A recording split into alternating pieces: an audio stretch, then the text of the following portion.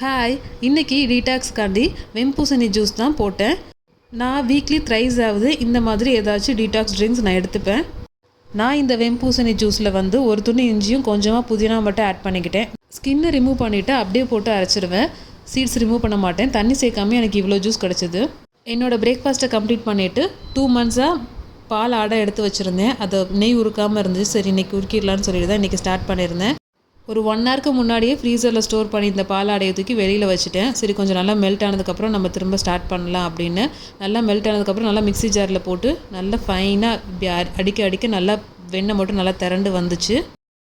Butter திரண்டு வந்ததை மட்டும் எடுத்து நல்லா உருண்டை பிடிச்சி கோல்டு வாட்டரில் ஒரு 2-3 தடவை நல்லா வாஷ் பண்ணதுக்கப்புறம் ஒரு அடிகனமான பாத்திரத்தில் எல்லா உருண்டைகளையும் அதில் போட்டுட்டேன். கொஞ்சம் நேரம் நம்ம அப்படியே கலரிக்கிட்டே இருந்தோம் அப்படின்னா நெய் திரண்டு வரும். கொஞ்சம் முருங்கைக்கீரை இருந்துச்சு, அதையும் ஆட் பண்ணிட்டேன். நெய் நல்ல வாசனையாக இருந்துச்சு முருங்கைக்கீரை சேர்த்ததுனால. எனக்கு இந்த பாட்டிலுக்கு 1.25 பாட்டில் கிடச்சிது. தேங்க்ஸ் ஃபார் வாட்சிங். பாய்.